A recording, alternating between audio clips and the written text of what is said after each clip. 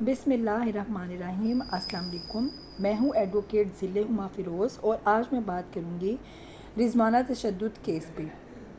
رضوانہ تشدد کیس محض ایک واقعہ نہیں بلکہ ایک سانحہ ہے جو بہت سالوں سے ہمارے معاشرے میں پنپ رہا ہے۔ رضوانہ اشرافیہ کے گھروں میں کام کرنے والی بچیوں پہ ہونے والے ظلم و جبر کی علامت ہے۔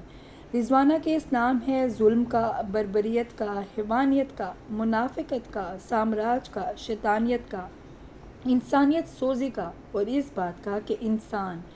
حیوان بن جاتا ہے اس وقت جب شرم اس کے وجود سے نکل جائے۔ رضوانہ کیس میں جب ملزمہ عدالت میں پیش ہوئی تو اس کے وکیل صاحب کی طرف سے کہا گیا کہ رضوانہ پر تشدد دراصل اس کے اپنے گھر والوں کی طرف سے کیا گیا ہے اور ان کی موکلہ کو بدنام کیا جا رہا ہے اور ان کا میڈیا ٹرائل بھی تب سے جاری ہے جس کی وجہ سے وہ ذہنی کرب سے گزر رہی ہیں، اس لیے ان کو اس کیس سے باعزت بری کیا جائے۔ مگر کیس سننے والے جج صاحب کو سلام ہے کہ انہوں نے یہ سب سننے کے بعد بھی ملزمہ کی ضمانت کینسل کر دی اور اس کو گرفتار کرنے کا حکم دے دیا، جس پر ملزمہ جو کہ وہاں برقع پہنے اور ہاتھ میں تسبیح پکڑے موجود تھی اس نے رونا شروع کر دیا، جس پر جج صاحب نے حکم دیا کہ ان کو عدالت کے کمرے سے باہر لے کر جایا جائے۔ یہ میرے کولیگ کی اہلیہ ہے۔ اس کے باوجود موصوفہ وہاں پر تقریباً 1 گھنٹہ تک موجود رہی کہ شاید اس کو تب بھی امید تھی کہ اس کی ضمانت کنفرم ہو جائے گی، مگر اس کی امیدوں پر اس وقت پانی پھر گیا جب ایک سینئر لیڈی پولیس آفیسر نے آ کر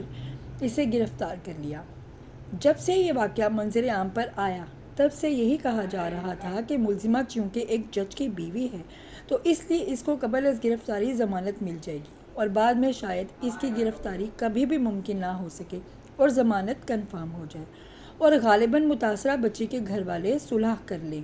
مگر سوشل میڈیا کا مسلسل دباؤ تھا جس کی وجہ سے الیکٹرانک میڈیا نے بھی اس پر خاص توجہ دی اور مقدمے کی سماعت کے موقع پر بھی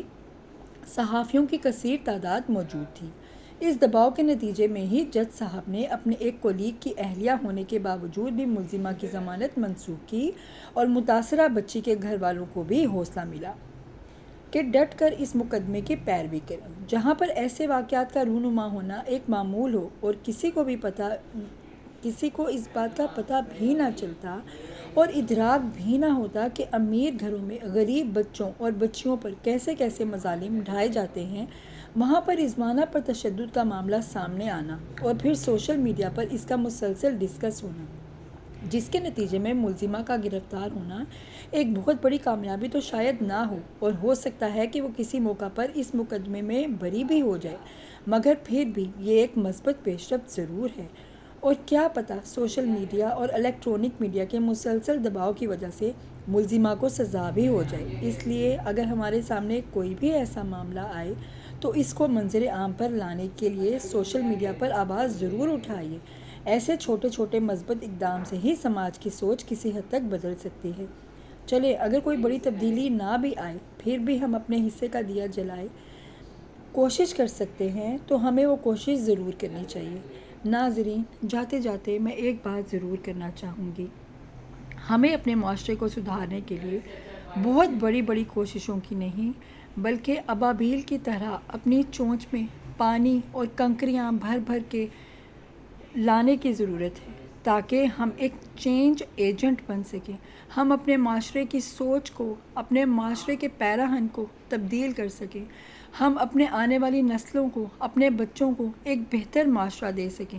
تاکہ ہم اس عارضی ٹھکانے کو جب چھوڑ کے اپنے پروردگار سے ملیں تو ہم اپنے پروردگار کے سامنے اس بات پہ شرمسار نہ ہوں کہ ہم نے اپنے حصے کا کام نہیں کیا۔ آخر میں احمد فراز کا ایک بہت ہی مشہور شعر موقع کی مناسبت سے عرض کرنا چاہوں گی: شکوائے ظلمت شب سے تو کہیں بہتر تھا اپنے حصے کی کوئی شمع جلاتے جاتے۔ بس اس نصیحت کے ساتھ کہ اپنے حصے کی شمع جلاتے رہیے کیونکہ اندھیرا بہت ہے۔